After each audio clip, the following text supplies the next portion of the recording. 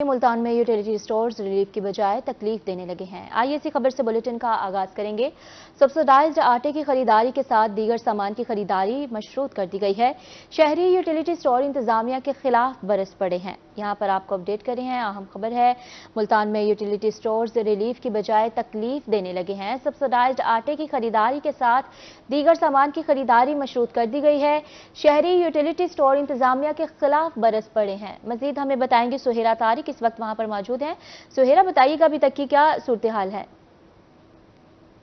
जी बिल्कुल, मुल्तान होते हुए दिखाई दे रहे हैं। रमज़ानुल मुबारक में भी जो शहरी हैं वो यहाँ से अगर शॉपिंग करने के लिए आते हैं तो वो शिकवा करते हुए दिखाई दे रहे हैं। शहरियों का यही कहना है कि यूटिलिटी स्टोर पर आटे के साथ जो है वो सब्सिडाइज आटे के साथ दीगर चीज़ों की अगर ख़रीदारी की बात की जाए तो वो करना लाजमी करार दिया गया है। 1500 रुपये का बिल होगा तो ही सब्सिडाइज अशिया जो हैं वो ख़रीदने दी जाएंगी। यहाँ आप जैसा कि देख सकते हैं काफ़ी ज़्यादा शहरी मौजूद हैं, इनसे बात करेंगे। अस्सलाम वालेकुम, क्या लेने आए हैं?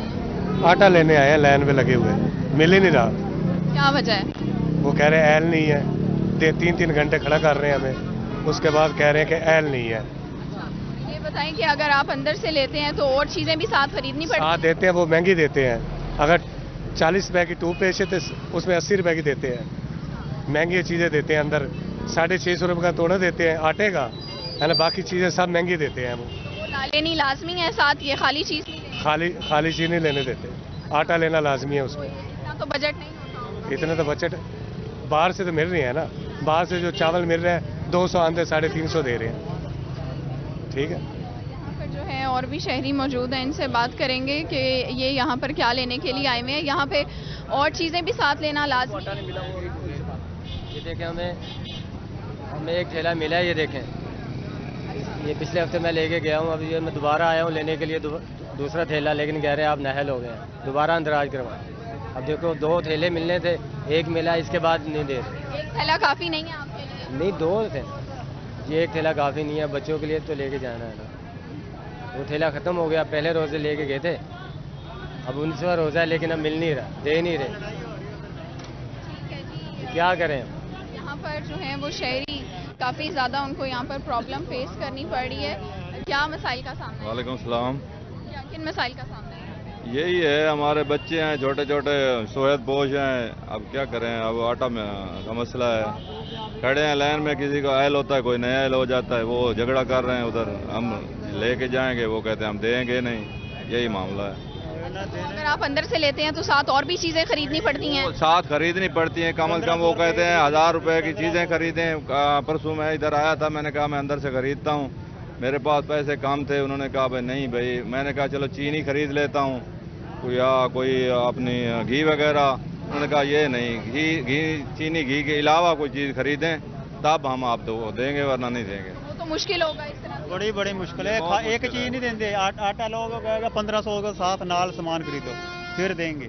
1500 वो भी 500-700 के 8000 की कोई चीज, चीनी कल्ली घी नहीं देते कल्ले। खरीदारी करने के लिए आ रहे हैं, उनका ये कहना है कि यहाँ से 1500 से 2000 रुपये का बिल बनवाना जो है सामान खरीदने के साथ लाजमी है, जबकि आम शहरी के लिए इतना ज़्यादा अफोर्ड करना मुश्किल है। शहरियों का कहना है कि वो यूटिलिटी स्टोर पर इसलिए आते हैं कि यहाँ से चीज़ें जो हैं वो कम रेट पर मिलेंगी, लेकिन यहाँ पर है वो उल्ट है। शहरियों से जो है वो यहाँ पर मजबूरन उनको दीगर सामान की शॉपिंग के लिए मजबूर किया जा रहा है। जी शुक्रिया सुहेरा। बात करेंगे, शहर सुल्तान के अवाम को रिलीफ मिलने लगा है। यूटिलिटी स्टोर पर अशरफ और अनोज का रेट आम मार्केट की निस्बत कम है। शहरियों ने सस्ती अशिया की फ्राहमी पर हुकूमती इकदाम को सराहा। मज़ीद तफसीलात अली हसन से जानेंगे। जी बिल्कुल, माह रमज़ान में हुकूमत की जानिब से यूटिलिटी स्टोर पर बाज़ार से सस्ती चीज़ें यहाँ पे मिल रही हैं, जिसमें आटा है, घी है, चीनी है, दालें हैं और दीगर अशिया है। मज़ीद जानते हैं, हमारे साथ यहाँ पे ख़रीदार मौजूद है। जी बताइएगा कि यहाँ पे आपको बाज़ार से कितने कम रेट पे मिल रही हैं चीज़ें और इस हवाले से क्या कहते हैं?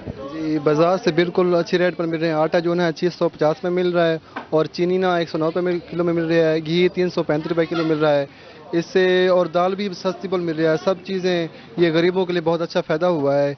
ये इसे वज़ीर आला को चाहिए इससे भी अच्छे पैकेज सस्ते अनाउंस करे, जो गरीब तक पाए उसके लिए इसे सब अच्छे हो जाएं। वज़ीर आला का हम शुक्रगुज़ार हैं, ऐसे और पैकेज अनाउंस करें। शुक्रिया। जी बिल्कुल, आपने देखा खरीदारों का यही कहना है कि उन्होंने वज़ीर आला पंजाब का शुक्रिया अदा किया और उनसे मुतालबा है कि इस तरह के बेहतरीन पैकेज और भी दिए जाएं जो गरीब इससे मुस्तफ़ीद हो सकें। जी शुक्रिया अली हसन। यहाँ बात करेंगे जमात इस्लामी की जानिब से रेलवे कुलियों में राशन की तकसीम जारी। ज़िलाई अमीर डॉक्टर सफदर इकबाल हाशमी ने राशन तकसीम किया है। इनका कहना है अल खिदमत फाउंडेशन के इश्तराक से राशन तकसीम किया जा रहा है। मज़ीद जानते हैं जुनैद अनवर से। आज बिल्कुल जमात इस्लामी की जानिब से अल खिदमत फाउंडेशन के इश्तराक से 100 से ज़ायद जो कुली हैं उनके अंदर खुश राशन जो है वो तकसीम किया गया है। इस वक्त ज़िला अमीर जमात इस्लामी डॉक्टर सफदर इकबाल हाशमी भी मौजूद हैं, उनसे बात करेंगे। डॉक्टर साहब, रमज़ानुल मुबारक जारी है, खैरात और सदक़ात का सिलसिला भी जो है वो ज़्यादा किया जाता है, तो आज जो कुलियों में जो राशन तकसीम किया है कितनी बड़ी तादाद थी इनकी और इसके अंदर क्या क्या? जी अल्हम्दुलिल्लाह, ये कुलियों में हमने ड्राई राशन तकसीम किया है जिसमें चावल हैं, चीनी है, घी है, मसाला जात हैं, जो भी और दालें हैं। ये जो ड्राई राशन है एक फैमिली के लिए वो एक टोकन ऑफ लव के तौर पर तकसीम किया गया। यहाँ तकरीबन 150 के करीब कुली हैं और ये अल्हम्दुलिल्लाह जब से कोरोना आया है, कोरोना में हमें ये तवज्जो दिलाई थी अमीर जमात इस्लामी जनाब सिराजुल हक साहब ने कि जो सफ़र बंद हो गए हैं, ट्रेनें जो है चल नहीं रही हैं, मुसाफिर मौजूद नहीं हैं, तो कुलियों की तरफ मुतवज्जे किया जाए। तो इस तरीके से जमात इस्लामी ने कुलियों को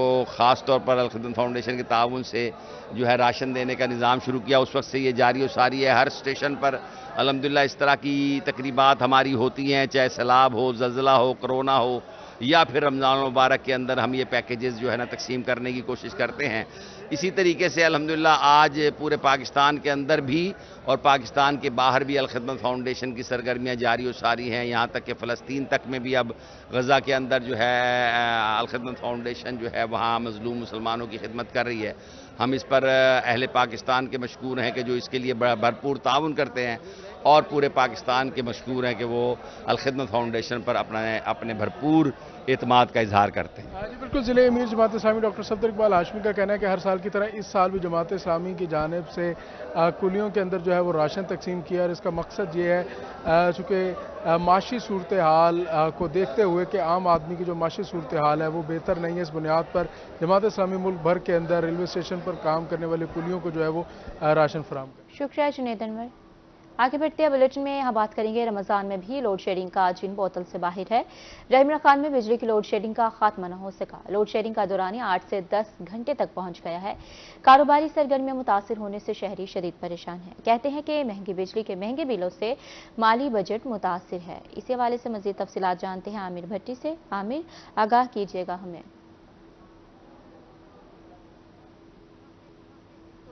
कीमतों में मुसलसल इजाफे का एक सिलसिला जारी है, तो दूसरी जानिब जो महंगी बिजली है वो दस्तियाब ही नहीं होती कि बिजली की लोड शेडिंग का जिन जो है वो बोतल से बाहर आ चुका है और इस बोतल के जिन को बिजली के जो बिल जो जिन है इसको बोतल में बंद करने के हवाले से जो मैप को इंतजामिया है वो नाकाम दिखाई देती है कि बिजली की लोड शेडिंग जो कि आज से कुछ दिन पहले 6 से 8 घंटे थी, अब बिजली की लोड शेडिंग जो है ये 8 से 10 घंटे तक पहुंच चुकी है। मजीद इसमें 2 घंटे का इजाफा हो चुका है, जबकि जो देही इलाके हैं इसमें बिजली की लोड शेडिंग के दौरान हमें जो है मजीद इजाफा हो चुका है, जिसके जिस तरह की बढ़ती हुई गर्मी है इसके वजह से शहरियों के जो मामलाती जिंदगी वो शदीद मुतासर हो चुके हैं कि सैर और अफ्तार में भी बिजली की लोड शेडिंग की वजह से जो घरेलू सार्फिन है उन्हें सहरी का दस्तरखान बनाने में शदीद मुश्किलात का सामना करना पड़ता है। तो उसके साथ साथ जो बिजनेस कम्युनिटी है उनका जो मोस्टली जो कारोबार का इन्हिसार होता है वो बिजली पर होता है, लेकिन बिजली ना होने की वजह से उनका जो बिजनेस है वो ठप होने के करीब है कि उसके जो मुतबादिल अगर देखा जाए जैसे कि सोलर पैनल सिस्टम, यूपीएस या फिर जनरेटर का इस्तेमाल, तो वो भी महंगे हो चुके हैं और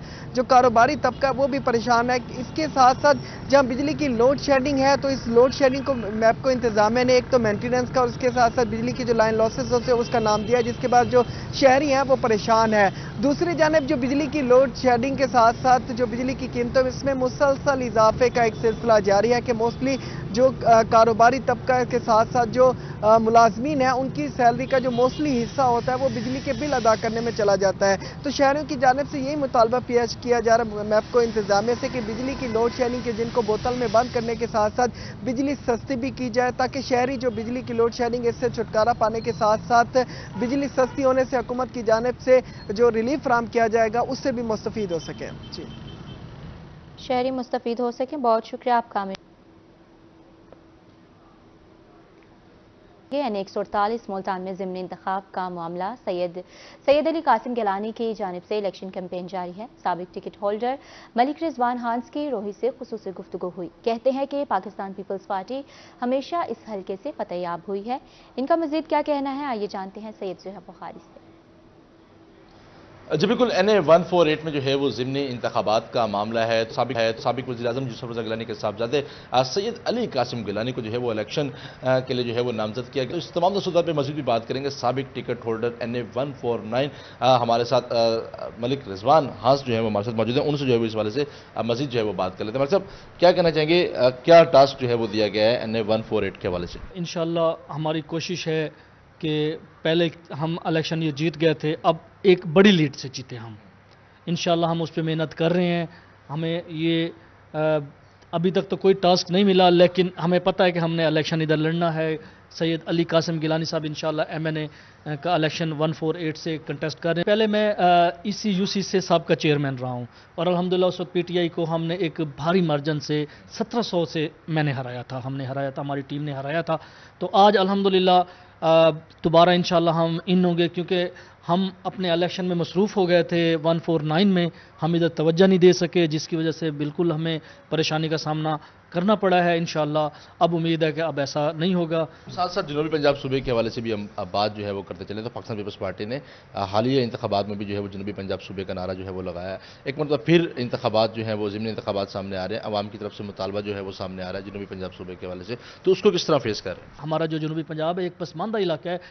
सबसे पहले गिलानी साहब ने यहाँ पे मंजूरी करवाई थी ऐवान बाला में, जो सूबे का नारा उठाया था और वहाँ से अल्हम्दुलिल्लाह करारदाद जो दी गई थी वो पास कराई, और उसके बाद भी वक्तन फ़वक्तन ये चीज़ें चलते रहे हैं। अब हमें खुशी है कि पहला दिन जब अली हैदर गिलानी साहब हमारे MPA जो बने थे साथ वाली PP से, तो उन्होंने वहाँ पे जाके करारदाद फिर पेश की, और इंशाअल्लाह मुझे यकीन है कि अगर नून लीग और PTI साथ मिल गए तो इंशाअल्लाह हम ये सुबह भारी अक्सियत से बनाएंगे इंशाअल्लाह। अली कासिम गिलानी उनकी जानिब से भी जो है वो कैंपेन का आगाज़ कर दिया गया, और पाकिस्तान पीपल्स पार्टी के जो कारकुन है वो भी जो है वो NA-148 के मार्के के लिए एक मरतबा फिर जो है वो तैयार हो चुके। जब तक जहाँ तक बात है अरबी के हवाले से, तो अली हैदर गिलानी ने जो है वो मुंतखब होने के बाद, अपने हल्फ उठाने के बाद सबसे पहले जो करारदाद है वो जनूबी पंजाब सूबे के हवाले से वहाँ पर पेश की है। जी शुक्रिया ज़ुहैब। हल्का PP 290 के डेरा गाजी खान में ज़िमनी इलेक्शन सरदार अली खान लगारी को नून लीग का टिकट मिल गया। सरदार अली खान शेर के निशान पर इलेक्शन लड़ेंगे। PP 290 में पोलिंग 21 अप्रैल को होगी। सरदार अवैस खान लगारी ने कामयाबी के बाद नशिस्त छोड़ दी थी। यहाँ पर आपको अपडेट करते चलें, हल्का PP 290 डेरा गाजी खान में ज़िमनी इलेक्शन सरदार अली खान लगारी को नून लीग का टिकट मिल गया है। सरदार अली खान शेर के निशान पर इलेक्शन लड़ेंगे। DG खान में PP 290 में पोलिंग 21 अप्रैल को होगी, और सरदार अवैस खान लगारी ने कामयाबी के बाद नशिस्त छोड़ दी थी। आपको यहाँ पर अपडेट करें, हल्का PP 290 डेरा गाजी खान में ज़िमनी इलेक्शन सरदार अली खान लगारी को नून लीग का टिकट मिल गया है। सरदार अली खान शेर के निशान पर इलेक्शन लड़ेंगे। DG खान में PP 290 में पोलिंग 21 अप्रैल को होगी। सरदार अवैस खान लगारी ने कामयाबी के बाद नशिस्त छोड़ दी थी।